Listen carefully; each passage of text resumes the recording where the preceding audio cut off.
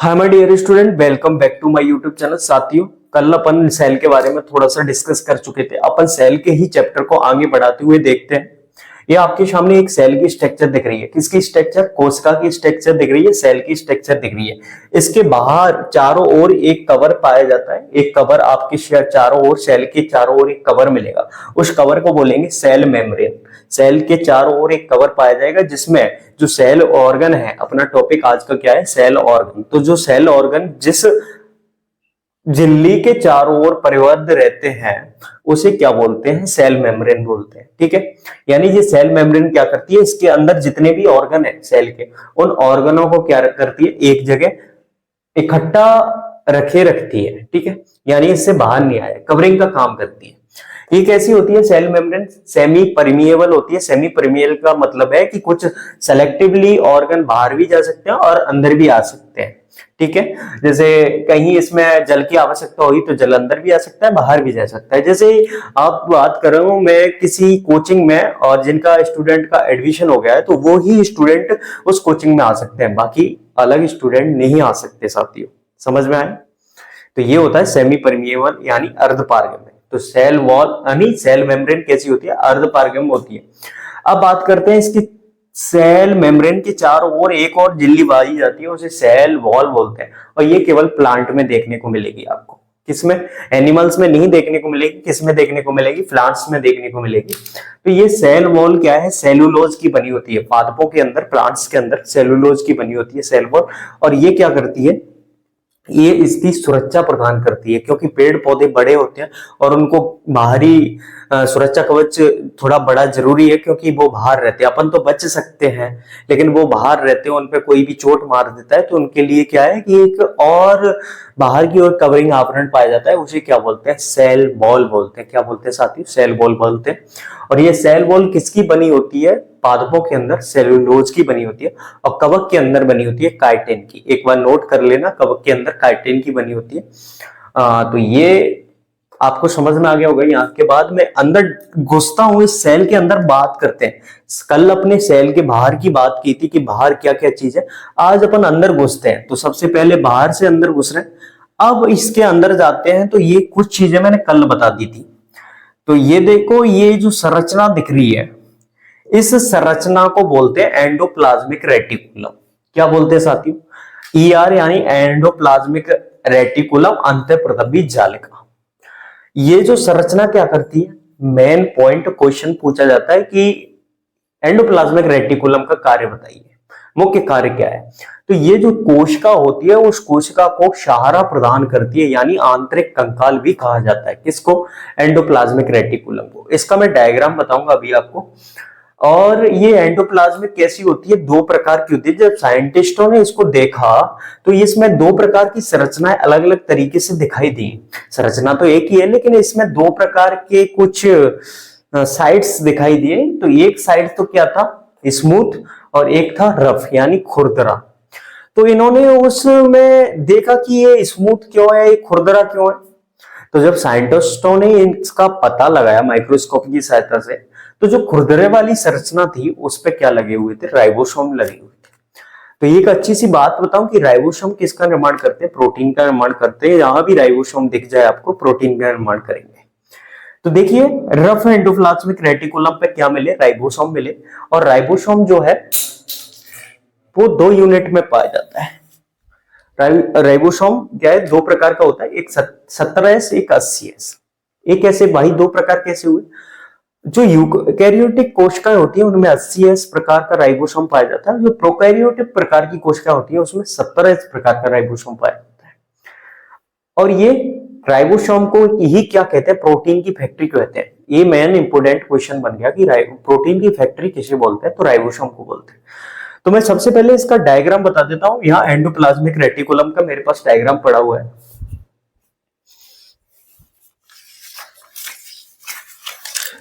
देखिए, मैं सारे एक बार डायग्राम सारे ही बता देता हूं। ये जो आपके सामने ये डायग्राम है, ये डायग्राम है गोल्जी अपरेटस का।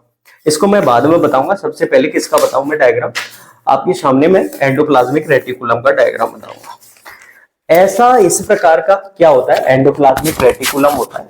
और ये एंडोप्लाज्मिक रेटिकुलम में ये देखो, ये चिन्ह थोड़े थोड़े धब्बे से दिख रहे हैं, पॉइंट से दिख रहे हैं। ये पॉइंट क्या है, ये पॉइंट आप देख पा रहे होंगे, ये है राइबोसोम। और राइबोसोम क्या करते हैं, प्रोटीन का निर्माण करते हैं, प्रोटीन का फॉर्मेशन करते हैं, और इसीलिए इसे प्रोटीन फैक्ट्री कहा जाता है। किसको, राइबोसोम को। 1 नंबर का क्वेश्चन बनता है, वेरी वेरी इंपॉर्टेंट। ठीक है, बात हो गई स्मूथ वाले की। मैं कल बात कर चुका था कि इस पे क्या उपस्थित रहेगा, फैट और कार्बोहाइड्रेट का निर्माण करेगा स्मूथ एंडोप्लाज्मिक रेटिकुलम। अब अपन आगे बढ़ते हैं, सेंट्रोसोम। सेंट्रोसोम की बात करते हैं। सेंट्रोसोम किसका कार्य करता है, सेल डिवीजन का कार्य करता है। कल भी बताई थी कि सेंट्रोसोम सेल डिवीजन का कार्य करता है, और जो तंत्रिका कोशिका होती है उसमें सेंट्रोसोम नहीं पाया जाता है, और तंत्रिका कोशिका आपकी ब्रेन में मिलेंगे, और ब्रेन के अंदर सेल डिवीजन नहीं होगा उन कोशिकाओं में, तंत्रिका कोशिकाओं में। और इसकी जो खोज की थी वो बोवेरी नामक साइंटिस्ट ने की थी। तो साइंटिस्टों के नाम तो कम पूछे जाते हैं, लेकिन इनका मेन कार्य है वो पूछा जाता है। तो सेंट्रोसोम किस में भाग आता है, सेल डिवीजन में, यानी कोशिका विभाजन में। एक कोशिका से 2 कोशिकाएं बने, 2 से 3 बने, 2 से 4 बने, तो इस प्रकार ये सेल डिवीजन में काम आएगा। अब यहां से आगे बढ़ते हैं, इसमें कोशिका के अंदर एक और अंग पाया जाता है, उसे लाइसोसोम कहते हैं। अब ये लाइसोसोम क्या है, इसकी खोज किसने की, सबसे पहले बात कर लेता हूं। लाइसोसोम की जो खोज की थी वो डी डोवे नामक साइंटिस्ट ने की थी। तो इसमें जो सेंट्रोसोम है उसका मैं डायग्राम बता देता हूं। सेंट्रोसोम का डायग्राम कौन सा है, एक सेकंड। सेंट्रोसोम का मैं डायग्राम अच्छे तरीके से बताऊंगा आपको, और उससे पहले मैं बात करूंगा सेंट्रोसोम से बाद में। देखिए, ये जो लाइसोसोम है इसकी खोज किसने, डी डोवे ने की थी। पूछ लिया जाता है क्वेश्चन एंट्रेंस एग्जाम में। इसको एटम बॉम्ब कहते हैं। एटम बॉम्ब का मतलब आत्मघाती तैली। ये जो लाइसोसोम है इसको एटम बॉम्ब बोलते हैं। और ये इसका जो डायग्राम है, देखिए मैं दिखा पा रहा हूं, जैसा कि आपको देख पा रहे होंगे। ये डायग्राम वाला सिस्टम मुझे अच्छा नहीं लग रहा, मैं आपकी जो नोट्स होंगे उसमें डायग्राम लगा के दूंगा। देखिए, ये जो लाइसोसोम है ये देख पा रहे होंगे, ये लाइसोसोम है। और ये लाइसोसोम क्या है, इसमें जल अपघटनी एंजाइम पाए जाते हैं। क्या पाए जाते हैं, जल अपघटनी एंजाइम। ये एंजाइम क्या करते हैं, ये इसमें अगर कोई कोशिकांग मर गया, किसमें, सेल के अंदर, तो वो सड़ने लगेगा। कैसा लगेगा, सड़ने लगेगा साथियों। तो ये क्या है कि न्यूक्लियस जो है, सेल के बीचों बीच एक न्यूक्लियस पाया जाता है, केंद्रक पाया जाता है। इसमें 80% प्रोटीन का बना होता है। तो ये न्यूक्लियस क्या करता है, इसको निर्णय देता है कि ये वाला कोशिकांग मर चुका है, तो ये तुरंत एक्टिव हो जाता है। एक्टिव हो जाएगा तो तुरंत क्या करेगा, अपने जल अपघटनी एंजाइमों को उस पर छिड़क देगा, चल चल चल, ताकि वो बदबू ना आए। समझ में आई क्या बात। यानी ये क्या करता है, कोशिका की सफाई कर्मी का कार्य करता है। कौन, लाइसोसोम। समझ में आई। अगर जब ये न्यूक्लियस इसको जानकारी देता है कि ये कोशिकांग काम नहीं कर रहा और ये डेड हो गया, तो ये क्या करता है, वहां छिड़क देता है, धीरे धीरे उसको खत्म कर देता है, मतलब उसकी सफाई कर देता है। यानी जो लाश है वो सड़े नहीं, गले नहीं। जब क्या है कि ये कोशिकांग सब क्या है कि काम करना बंद कर देते हैं, जब न्यूक्लियस क्या है कि मतलब मौन हो जाता है, ये इसको नोटिस नहीं देता, और ये कोशिकांग धीरे धीरे क्या करते हैं, काम करना बंद कर देते हैं और इसको चिढ़ाने लगते हैं, ओए ओए ओए, इसको चिढ़ाने लगते हैं। इसको, लाइसोसोम को। अब लाइसोसोम क्या करेगा भाई, अब ये एक को तो भाई, अगर एक आदमी के सामने 4 लोग लड़ने आ गए तो वो क्या करेगा, अपने हाथों को फेंकेगा, अपने पैरों को फेंकेगा, ऐसा ही करेगा ना। तो जब इसके चारों ओर ये सब लोग इस पे अटैक करेंगे कि हम काम नहीं कर रहे, तो ये क्या करेगा, एक संग अपने आप को फोड़ लेगा। अब अपने आप को फोड़ लेगा तो इसमें जो जल अपघटनी एंजाइम है वो क्या है कि पूरी कोशिका में बिखर जाएंगे और पूरी कोशिका क्या हो जाएगी, नष्ट हो जाएगी। नष्ट हो जाएगी तो इसे आत्मघाती यानी खुद की हत्या कर लेता है। समझ में आई। लाइसोसोम की बात हो गई। डी डोवे ने इसकी क्या की थी, खोज की थी, और एटम बॉम्ब कहते हैं, आत्मघाती थैली कहते हैं। इंपोर्टेंट क्वेश्चन है कि आत्म कोशिका की आत्मघाती थैली किसे कहा जाता है, लाइसोसोम को कहा जाता है। अब बात करते हैं आगे। आगे है इसमें गोल्जी बॉडी।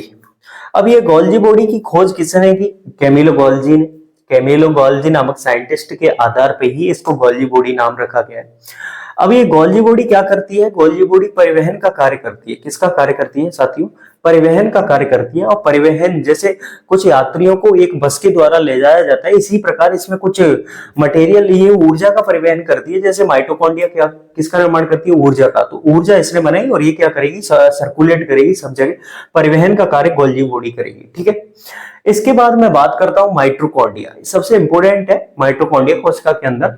और ये माइटोकॉन्ड्रिया की खोज की थी अल्टमैन नामक साइंटिस्ट ने। और इस माइटोकॉन्ड्रिया में क्या होता है? क्रेब साइकिल चलती है और ऑक्सीशोषण होता है। ऑक्सीशोषण के फलस्वरूप क्रेब साइकिल चलती है और क्रेब साइकिल के फलस्वरूप क्या है? 38 एटीपी बनते हैं और एक 38 एटीपी मिलकर के एक ग्लूकोज का निर्माण करते हैं। एक क्वेश्चन पूछा जाता है कि एक ग्लूकोज में कितने एटीपी होते हैं? तो एक ग्लूकोज में कितने एटीपी होंगे? 38 एटीपी होंगे। कितने? 38 एटीपी होंगे। और इसको कोशिका का पावर हाउस यानी शक्ति गृह कहा जाता है। किसको? माइटोकॉन्ड्रिया को। बिल्कुल 1 नंबर क्वेश्चन पूछा जाता है हर कंपटीशन एग्जाम में कि कोशिका का शक्ति गृह किसे कहा जाता है? तो माइटोकॉन्ड्रिया को कहा जाता है। और इसमें कितने एटीपी बनते हैं? एटीपी 38 एटीपी मिलाकर एक ग्लूकोज का निर्माण होता है। ठीक है, एटीपी का और ग्लूकोज का क्या करता है? फॉर्मेशन करता है क्या? माइटोकॉन्ड्रिया। ठीक है, अब अपन बात करते हैं ये माइटोकॉन्ड्रिया की छोटी सी स्ट्रक्चर बनाई है मैंने, वैसे मेरे पास पड़ी है लेकिन उनको दिखाने में ज्यादा टाइम व्यतीत हो रहा है।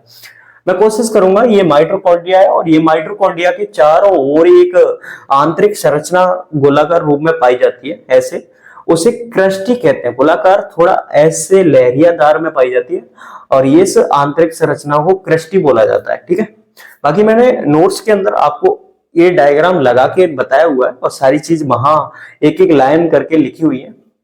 अब मैं बात करता हूं, इसमें एक प्लास्टिड पाया जाता है और ये प्लास्टिड केवल प्लांट सेल में देखने को मिलेगा।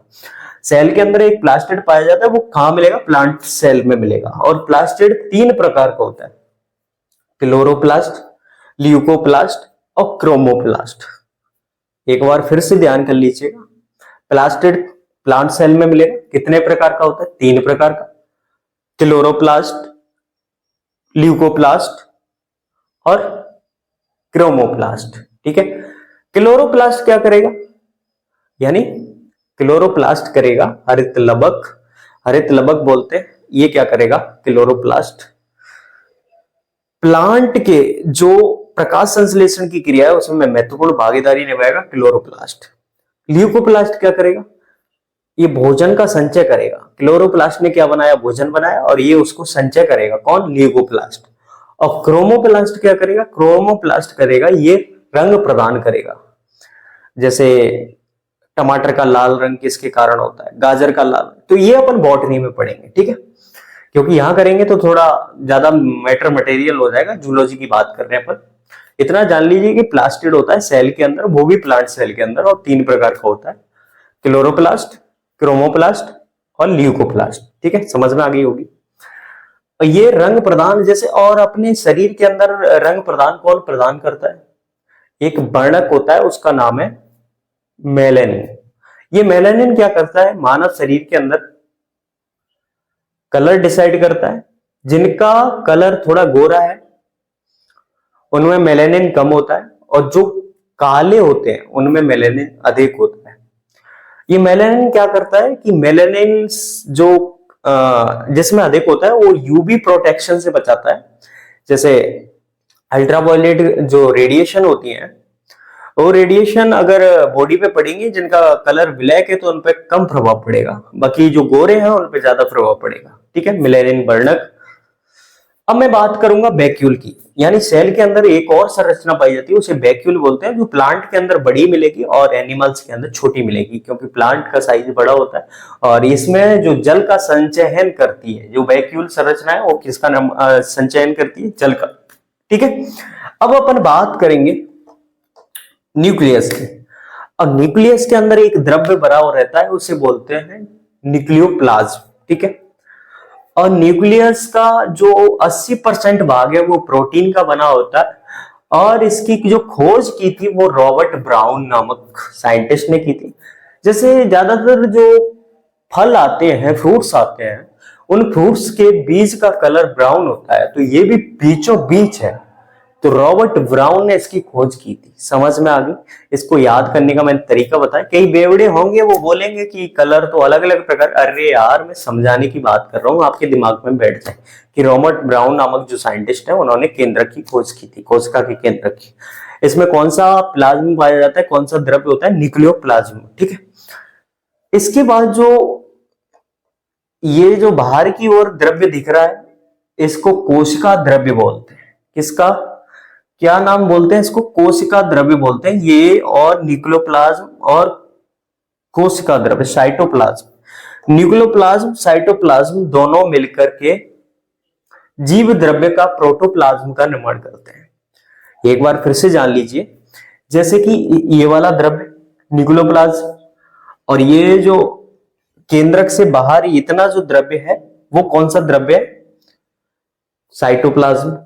इन दोनों को मिला के एक नाम दे दिया गया है, क्या? प्रोटोप्लाज्म। ठीक है, जीव द्रव्य। अब जीव द्रव्य की खोज किसने की ये भी बता दूं, प्रोकेंजे नामक साइंटिस्ट ने। एक प्रोकेंजे नामक साइंटिस्ट था, उसने जीव द्रव्य की खोज की। अब जीव द्रव्य को जीवन का भौतिक आधार भी कहते हैं। अगर ये जीव द्रव्य नहीं होगा तो इसमें ये क्या है कि ये सारे कोशिकांग आपस में टकराएंगे तो क्या है, आपस में लड़ाई करेंगे, और लड़ाई से बचाने के लिए इसमें थोड़ा बहुत मटेरियल होना चाहिए, और ये मटेरियल इसी वजह से होता है। समझ में आई? तो जीवन का भौतिक आधार जीव द्रव्य को एक हेक्सले नामक साइंटिस्ट थे, उस हेक्सले नामक साइंटिस्ट ने जीवन का भौतिक आधार किसे कहा था? जीव द्रव्य को कहा था। ठीक है, ये यहां तक हो चुका है और इसमें मेरे अकॉर्डिंग सारी चीजें मैंने बता दी और एक बार रिवीजन कर लेते हैं फास्टली। देखिए, माइटोकॉन्ड्रिया होता है, माइटोकॉन्ड्रिया की खोज अल्टमान नामक साइंटिस्ट ने की थी। क्रेब्स साइकिल, इसमें माइटोकॉन्ड्रिया में होती है, 38 एटीपी बन के एक ग्लूकोज का निर्माण करते हैं और ग्लूकोज और एटीपी ही माइटोकॉन्ड्रिया द्वारा बनाए जाते हैं और ये पावर हाउस कहलाता है। किसका? कोशिका का। ठीक है, इसमें एक गोल्जी बॉडी नामक संरचना होती है जिसकी खोज कैमिनो गोल्जी नामक साइंटिस्ट ने की थी। और गोल्जी बॉडी क्या करती है? इसमें एनर्जी पदार्थों का परिवहन करती है। ठीक है, इसके बाद लाइसोसोम की बात करें, लाइसोसोम को एटम बम कहते हैं या आत्मघाती थैली कहते हैं, और ये इसमें जलाप्रकटनीय एंजाइम पाए जाते हैं और इसकी खोज डीडोवे नामक साइंटिस्ट ने की थी। इसके बाद माइटोकॉन्ड्रिया हो गया। प्लास्टिड की बात करते हैं। प्लास्टिड 3 प्रकार का होता है और एक केवल प्लांट में मिलेगा। ठीक है, 3 प्रकार में कौन कौन से? क्लोरोप्लास्ट, ल्यूकोप्लास्ट और क्रोमोप्लास्ट। ठीक है, इसके बाद मैं बात करूंगा सेंट्रोसोम की। सेंट्रोसोम सेल डिवीजन में भाग लेगा, सेल डिवीजन में, और बोवेरी नामक साइंटिस्ट ने इसकी खोज की थी। और ये जो है तंत्रिका कोशिकाओं में नहीं पाया जाता, इसलिए वहां क्या है, विभाजन की क्षमता नहीं पाई जाती। इसके बाद मैं बात करूंगा एंडोप्लाज्मिक रेटिकुलम को। ये आंतरिक कंकाल है कोशिका का, और कोशिका का आंतरिक कंकाल होने के साथ साथ इसमें एंडोप्लाज्मिक रेटिकुलम 2 प्रकार का मिलेगा, रफ एंडोप्लाज्मिक रेटिकुलम और स्मूथ एंडोप्लाज्मिक रेटिकुलम। जो इस रफ एंडोप्लाज्मिक रेटिकुलम है उस पे क्या है, राइबोसोम मिलेंगे, और राइबोसोम को ही प्रोटीन की फैक्ट्री बोलते हैं क्योंकि ये प्रोटीन का निर्माण करता है। ठीक है, राइबोसोम 2 प्रकार के आगे डिवाइड हो जाते हैं, आगे बढ़ जाते हैं, 17S और 80S। एस क्या है? यहाँ सेडिमेंटेशन कोफिशिएंट है, यानी इसका बाहर 80S का अधिक होगा, 17S का कम होगा। 17S किसमें? प्रोकैरियोटिक कोशिकाओं में, और 80S जो राइबोसोम है वो मिलेगा आपको यूकैरियोटिक कोशिकाओं में। ठीक है, यहां तक कोई समस्या होती है तो कमेंट बॉक्स ओपन है, आप मुझे बिल्कुल बेझिझक है कि बता दीजिए। अभी क्या है, पहले जो थोड़ा पहला सेशन चल रहा है, 1-2 क्लासेस चल रही है, इसलिए मैं स्लो स्पीड में ले रहा हूं, आगे बहुत ही शानदार तरीके से लूंगा इसको। सेल वाल की मैंने बात कर दी, केवल किसमें? प्लांट सेल में मिलेगी। और कवकों की सेल वाल किसकी बनी होती है? काइटिन की। और पादपों की सेल वाल किसकी बनी होती है? सेलुलोज की बनी होती है।